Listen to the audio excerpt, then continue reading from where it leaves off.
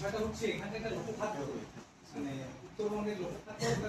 Schedule নিয়ে আপনি একটা সুন্দর ব্যাখ্যা দিয়েছেন, বিজ্ঞান ভিত্তিক ব্যাখ্যা দিয়েছেন, একেবারে পুরো সাইন্টিফিক ব্যাখ্যা দিয়েছেন। ওটা যদি আরেকবার আমাকে বলেন বা আমরা আরেকবার শুনে নেব, আমি রেকর্ড করে নিতে দেখছি। হ্যাঁ, আচ্ছা আচ্ছা আচ্ছা দেখুন, আমার যা থেকে বিদ্যা শিক্ষা অর্জন হয়েছে, মানে আমার আমি সবসময় স্থানীয় ভাষা, প্রত্যেকটা ভাষা, সে এটা হতে পারে দেশীয় ভাষা, হতে পারে কোনো বাংলাদেশি ভাষা বা যে কোনো ভাষা, প্রত্যেকটা ভাষাকে আমি এবং প্রত্যেকটা মাকে অত্যন্ত গুরুত্ব দিয়ে বিচার করি। এবং আমার গুরুদেব বলছেন, তুমি কোনো টেকনোলজিকে, কোনো প্রযুক্তিকে তুমি বিনা বিচারে অবজ্ঞা করবে না, তুমি অন্তর দিয়ে বিচার করবে, বিশেষ জ্ঞান দিয়ে বিচার করবে। আমি একটু আগে ব্যাখ্যা করেছিলাম যে বিশেষ, যার কোনো শেষ নেই, বিযুক্ত শেষ, অর্থাৎ শেষহীন। তুমি চেষ্টা করবে এই শেষহীন জ্ঞান দিয়ে বিচার করে কোনো বিষয় সম্বন্ধে বলার জন্য। তো তখন আমার অনেকে, যখন অনেকে, ঘটনাটা হচ্ছে কোনো একটা দোকানে একজন শীতল রেখেছিল, ঠিক আছে, তা দোকানদার হয়েছে কেমন গন্ধ করছে, কি জিনিস, তো অনেকগুলো ছিল, সেই দোকানদার ফেলে দিয়েছে। তা আমাকে বলছে, এরকম গন্ধ করছে, ফেলে দিয়েছি, একজন রেখে গিয়েছিল, আমরা খুব মূল্যবান সম্পদ ফেলে দিয়েছেন, তো কেন ফেললেন? তা ওনাকে বললাম, বলছি এত গুণ তো জানতাম না, যাই হোক ভুল হয়ে গেছে। তা বিভিন্ন জায়গায় যখন বাসে ঘাটে যখন যাই কোথাও, ওই বিভিন্ন অ্যাঙ্গেল থেকে শোনা যায় শীতল খাইস, ভালো নয়, ওটা বলবো কেমন, হ্যাঁ ওটা সাইন্টিফিক নয়, ওটা কোনো জীবাণু থাকে, এটা থাকে, ওইটা থাকে, বিভিন্ন ধরনের, মানে এই ধরনের ভাষা দিয়ে যে যেমন ভাষা বোঝে তাকে মানে পিঞ্চিং করা হয় যাতে সে ওই জায়গা থেকে সরে আছে। সে কিন্তু জেনেই হোক না জেনেই হোক এই কথাগুলো বিভিন্ন অ্যাঙ্গেল থেকে উঠে আসে, যেগুলো আমার খুব মনে দুঃখ লাগে যে একটা টেকনোলজি, যে বিভিন্ন আমাদের যে পূর্বপুরুষরা আছে বিভিন্ন অভিজ্ঞতার মাধ্যমে একটা খাদ্য তালিকা তৈরি করে, হতে পারে, তো কেন এটা মনুষ্য জীবনে কি উপকার নেই?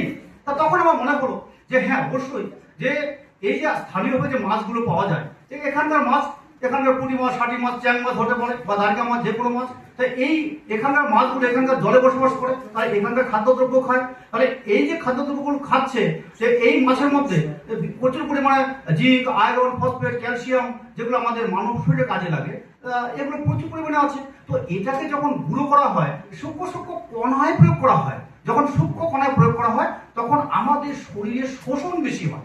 ডাস্টিং বা পাউডার করার কারণ হচ্ছে, দেখুন, তখনকার লোক বিভিন্ন অভিজ্ঞতার মাধ্যমে হয়তো দেখেছে, হয়তো এমনিও খেয়ে দেখেছে, সেটা ভালো লাগছে না, তাহলে গুঁড়ো করে খেলে কেমন লাগে।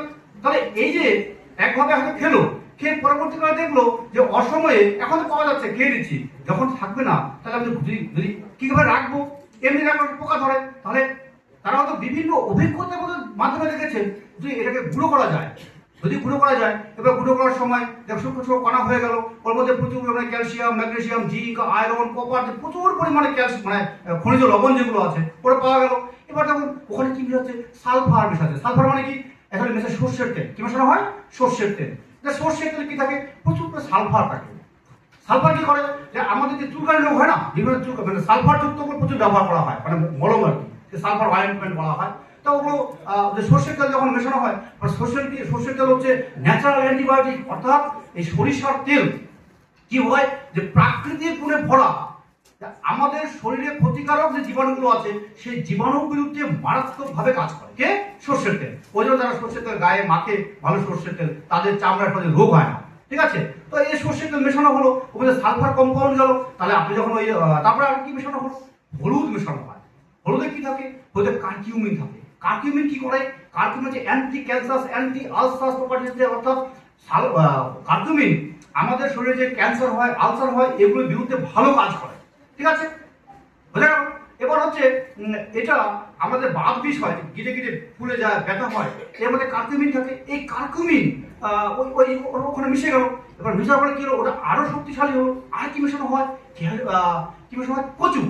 হ্যাঁ, কচু মেশানো হয়। কচুতে কি আছে? প্রচুর পরিমাণে ক্যালসিয়াম আছে, প্রচুর পরিমাণে ক্যালসিয়াম। আমাদের শরীর সুস্থ রাখার জন্য প্রচুর ক্যালসিয়াম দরকার, ঠিক আছে।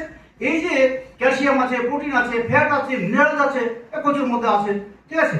তো এগুলো যখন একসঙ্গে মিশিয়ে আবার কি, যখন এটা যখন রান্না করা হয় তখন এই খাবার তো ভালো নয় অ্যাকচুয়ালি, যেটা প্রাকৃতিকভাবে প্রাপ্ত, যে কলা গাছ থেকে তৈরি করা হয়, বিশেষ করে আঠিয়া কলার গাছ, ঠিক আছে, ওটা শেকড় বা যে মোথাটা আছে সেটা চাক চাক করে পিস পিস করে শুকিয়ে ওখান থেকে পুড়িয়ে ছাই করা হয়, তারপরে সেটা পুরো গামলার মধ্যে রাখা হয়, জল দেওয়া হয়, তারপরে ফোটা ফোটা ফোটা করে রসটা যে পড়ে সেটা হচ্ছে উত্তম খাওয়া। ঠিক আছে, এটা আপনাদের গ্যাসের বড়ি খাচ্ছেন কি মেনলি খাওয়া, ভয়ঙ্কর খাওয়া, কেমিক্যাল। ঠিক আছে, কিছুদিন পরে কি হবে, ওই যে দেখুন তাহলে এটা ন্যাচারাল খাওয়া। এটা আপনি যখন এই খাওয়ার সহ এটা খাচ্ছেন, ঠিক আছে, আর কি দিচ্ছেন, তখন প্রচুর ঝাল দেওয়া হয়।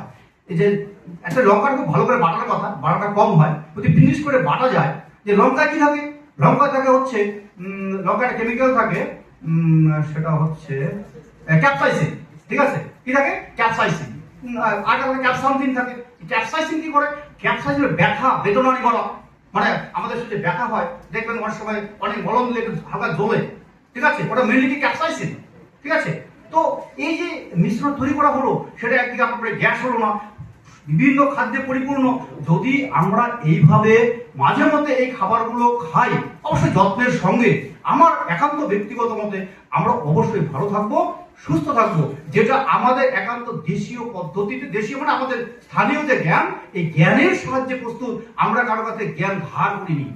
আমরা এইভাবে বোঝানো বলছি, আমাদের চারপাশে যে জ্ঞান আছে, আমাদের চারপাশে যে জিনিসগুলো আছে, সে গরু হোক, বাছুর হোক, বিভিন্ন গাছপালা হোক, তুলসী গাছ হোক বা ফাইট গাছ পড়ে, ক্লেরোডেন্ড্রন ইনফরচুনেটাম দেখবেন খুব তেতো লাগে পাতাগুলো, বা অন্যান্য অনেকগুলো উদ্ভিদ আছে যেগুলো আমরা যদি নিজস্ব বুদ্ধি প্রয়োগ করে আমরা ব্যবহার করি, আমাদের শরীর ভালো থাকবে, সুস্থ থাকবে, স্বাভাবিক থাকবে, এবং আমাদের শরীরের রোগ অনেক অনেক অনেক কম থাকবে। এই জন্য আমি সবসময় বলি যে মায়েদের যদি ভালো জ্ঞান থাকে, মা যদি একদম জ্ঞানীবান হন, তাহলে সমস্ত পরিবার, সমস্ত সমাজ জ্ঞানীবান। বিভিন্ন টার্গেট আছে, বিভিন্ন মাল্টিনেশনাল কোম্পানি তার চেষ্টা করে সবসময় যে মায়েদের যদি একবার ব্রেন ওয়াশ করা গেল, তাহলে সমস্ত পৃথিবী কাজ হয়ে যাবে, সবসময় টার্গেট থেকে অন্য দিক দিয়ে। ঠিক আছে,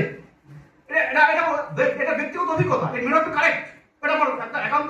খালি ওই জায়গাটাকে একটু ক্লিনচিং করে দিলেই হলো, আপনার মাথা মোটামুটি সে আপনি বাধ্য হবেন ওই কাজ করতে, ভুল হোক আর ঠিক হোক, যদিও ব্যতিক্রম থাকতে পারে। ঠিক আছে, তো আপনারা অবশ্যই চেষ্টা করবেন, ভালো ভালো মা হবেন, বাচ্চাদের ভালো করে সুশিক্ষা দেবেন, বাস্তব শিক্ষা দেবেন, যাতে করে সন্তান যে কোনো সিদ্ধান্ত নিতে পারে ভালো বিচার বুদ্ধি বিবেচনা করে। যদি অবিবেচনা করে সিদ্ধান্ত নেয়, তাহলে আপনি সহ আপনার পরিবার সহ সমস্ত দেশ ডুবে যেতে পারে। নমস্কার।